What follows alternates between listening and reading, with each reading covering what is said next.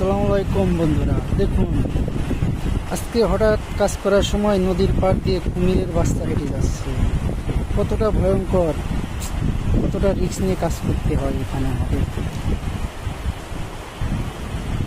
এই যে দেখতে পাচ্ছেন কুমিরের বাচ্চা, এখানে আরো বড় বড় কুমির দেখা যায় মাঝে মাঝে। মাঝে মাঝে আমরা আক্রমণেরও শিকার হয়ে থাকি। খুব সাবধানতা অবলম্বন করে আমাদের এখানে কাজ করতে হয়। তো বন্ধুরা, ভিডিওটা কেমন লাগলো অবশ্যই কমেন্ট করে জানাবে না।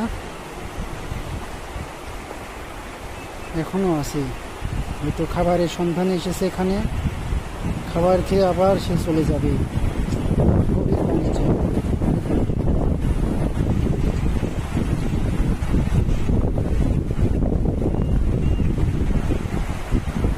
শিকার করা